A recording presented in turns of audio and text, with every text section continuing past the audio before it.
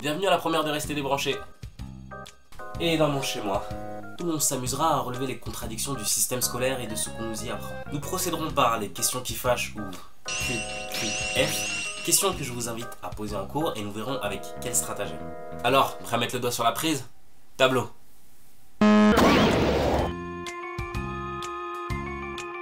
Et oui, nous allons mettre le doigt sur ce sujet-là car si l'histoire était une mode, ce thème-là serait indémodable.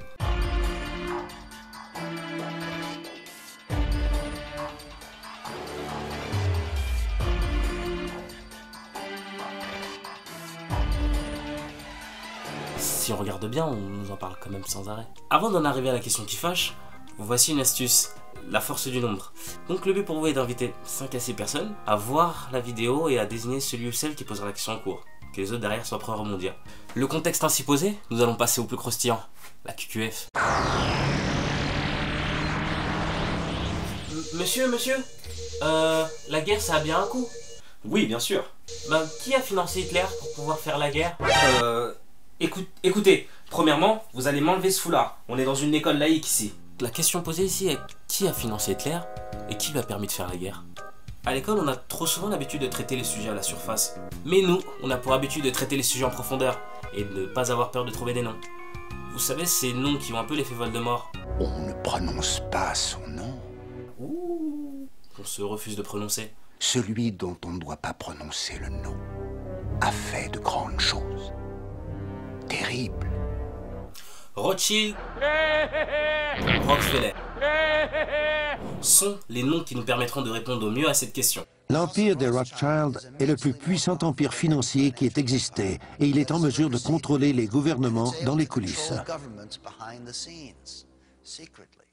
La famille fut tourmentée par la polémique entourant John D. Rockefeller, le roi de la Standard Oil.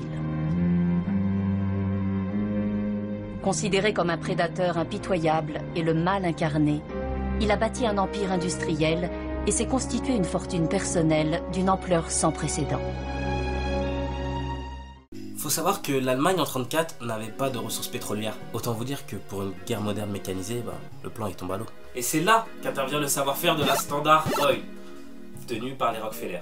Ces accords passés en 1930 avec la société IG Farben ont permis à l'Allemagne de pouvoir développer l'essence de synthèse, utilisée par la machine de guerre, développée par hydrogénation, grâce au plomb tétraéthyle.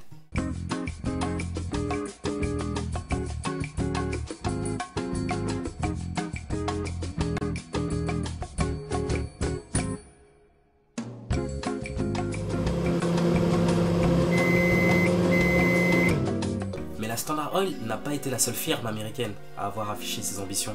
Dès lors, on retrouvera American IG, qui a produit des matériaux de guerre, la firme Dupont, qui ont répondu à un besoin de plomb tétraéthyle. On a la firme ITT, qui produisait des avions, Focke-Wulf, General Electric. On a les sociétés Ford et General Motors, qui eux étaient les plus grands producteurs de charrettes de camions. Ford, lui, mouillé jusqu'au cou, médaillé pour service rendu. La Croix de l'Aigle, décoration nazie. La Banque Morgan, qui est à l'origine du plan de Zion, permis à l'Allemagne d'après-guerre de se reconstruire, et par conséquent aider ceux qui financeront par la suite Hitler. Et la propagande nazie alors? Ivy, fondateur des relations publiques, américain et employé des Rockefeller. C'est marrant que même les fonds de la propagande nazie ne trouvaient pas leurs origines en Allemagne. Pourquoi retrouve-t-on les intérêts américains en Allemagne nazie? Pour leur faire la guerre par la suite.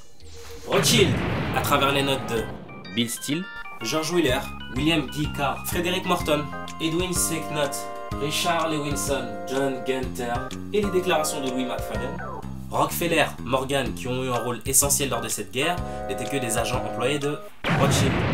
Donc du coup, on arrive à la triste conclusion que Rothschild a contribué aussi à sa façon à l'ascension d'Hitler. Rothschild a deux particularités. La première particularité est que toutes les personnes qui touchent de près ou de loin à cette guerre, de Morgan à Rockefeller, ont tous des liens avec Rothschild. La deuxième particularité, c'est que Rothschild, grand banquier allemand, s'avère et serait la maître de confession juive. Comment se fait-il qu'il se retrouve derrière ceux qui financent Hitler, qui lui déportent des juifs par wagon entier? C'est sans doute la question que vous vous posez. Mais dans ce même cas de figure, nous retrouverons les banquiers Warburg, Jacob Schiff, Oppenheimer. Inutile de préciser que tous ont des liens très étroits avec Rothschild. La question que je me pose, c'est qu'est-ce que l'on nous cache? Et comment se fait-il que ces noms, Rockefeller, Rothschild, sont pour la plupart jamais enseignés dans les établissements scolaires? Lorsque vous tapez sur le net Rockefeller Finance ou encore Rothschild Finance, on voit quel nom affiche la saisie automatique. Sur ce, c'est à vous de choisir. Soit vous choisissez la pilule bleue, désolé, ou vous choisissez la pilule rouge. Et c'est à vous que je donne rendez-vous pour le prochain Restez débranchés.